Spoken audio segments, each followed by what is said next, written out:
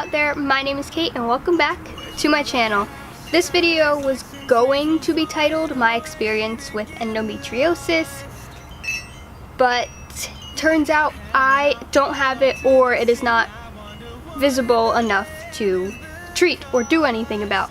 So today I'm just going to be telling you about my experience and what I have been going through. So in the video that I posted at the beginning of April, I mentioned that when I first noticed that something was wrong, it was during when I filmed the night we met choreography video. So the Sunday following that, I filmed that video on a Wednesday, so then Sunday, a few days later, I went to a patient first. On Tuesday, 2 days later, I went to the emergency room. So actually at this time, I have been in rehearsals for a show for dance for about a month, and while I was in the emergency room, I felt so bad. I had 2 panic attacks. I already said that in my panic attack video, but I texted all of the choreographers and I said, look, I'm in the emergency room right now. This isn't gonna work, because if I can't really walk around without feeling nauseous or being in pain, how am I supposed to dance? But with my gastrologist, I got an ultrasound and a CT scan and a HIDA scan. My ultrasound came back normal, but they weren't able to see my gallbladder and my liver as much as they would like to. It wasn't coming up on the screen as clear as they'd like. So I got sent for a CT scan, and same thing happened. My gallbladder wasn't showing up as clear as they would like. So I went for a HIDA scan. Now, a HIDA scan is a nuclear medicine test, so big deal. It's done in a hospital. It's actually a really easy test. It just takes 2 hours to do, because they have to run one medication or dye in through an IV to light up your liver. There's another dye injected after that hour, so it's an hour of waiting for that first dye, and then the second dye medication is to test how well your gallbladder is working, so that is injected for 45 minutes. It took a while, but I was able to see on the screen how long I had left, and also the image that was coming up. During an ultrasound, you could see the screen, and you could see what the nurse sees. You can't understand it, obviously, but you could see what the nurse sees. And I was able to see my liver and my gallbladder and whatever other organs were showing up in it. Also, I realized that your liver, it starts at about where your elbow is, so here, and it goes all the way to here, almost the other side, and then it goes down to here. Can you see that? Your liver is huge. Your liver is insane. So we waited for 23 weeks, and on the Wednesday of the 24th week, which would be 24 weeks exactly, I got my surgery, which is a laparoscopy, and it checks for endometriosis. I was actually excited for the surgery, and that day the only thing I was really nervous about was to take the elevator up to the 2nd floor, because I hate elevators. And through all of this, I developed, it's very common, it came up really quick on Google. It's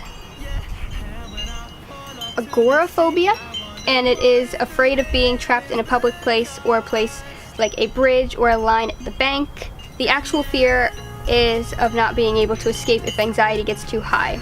It's kind of like the outside has so much air, but the further I go into a building, the less air percentage there is. So the further away I am from an exit, if I have to go upstairs, or if I have to walk down a really long hallway and venture into this maze of a building, then it feels like the air is being sucked away, and it is being left at the door. It's not following me, and it's not carrying through the building. It's just depleting. Now, once I got into the prep room, it was real easy. They gave me a bag of, I think, saline? Something. It wasn't really a medication. It was just when they give you the bag and then they give the long tube and then they put the IV in your arm.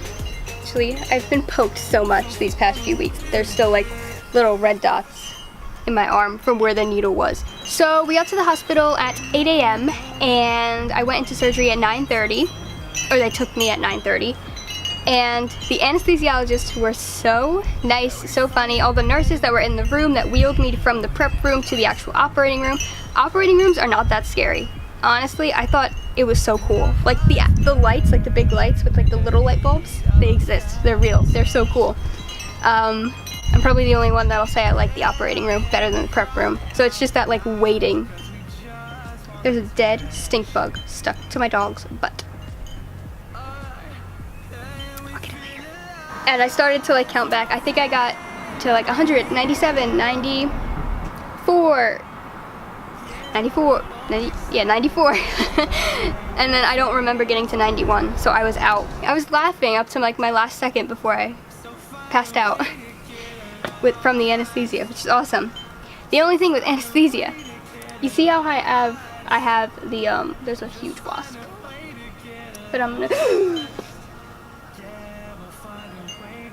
Okay, you see how I have my Caitt and my forward helix pierced?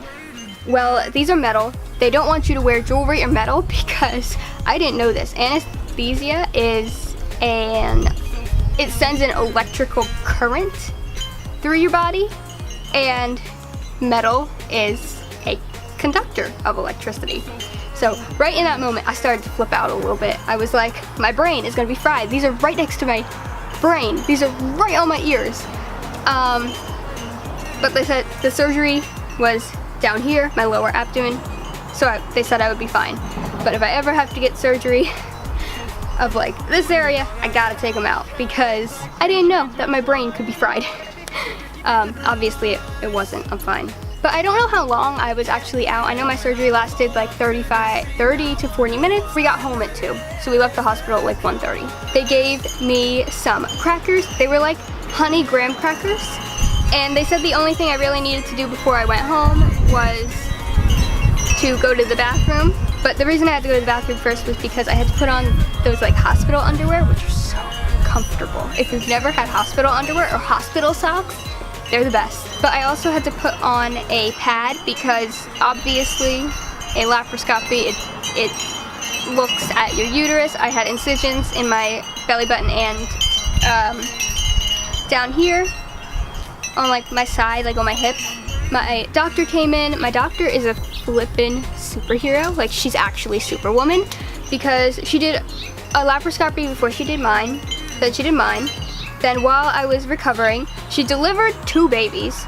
And then she came into the room, into the recovery room to tell me like the news, like I didn't have endometriosis, schedule a follow-up appointment. And she was fine. She was just so calm and cool. It's like she wasn't rushing around the hospital delivering children. The recovery process, I'd stay like in bed, not do anything really for 3 days. It was fine. I didn't feel any pain. They asked me for more medication if I wanted it. I said no, because I didn't need it. It was an easy recovery, easy surgery. Right now it is 6 days after I got my surgery done. I feel fine. I'm outside. Sorry if this video is very long. Remember to like and subscribe to be notified whenever I upload. Click the link below to check out my Society 6 store and the products that I create. And something in my eye. I will see you guys next week. Bye.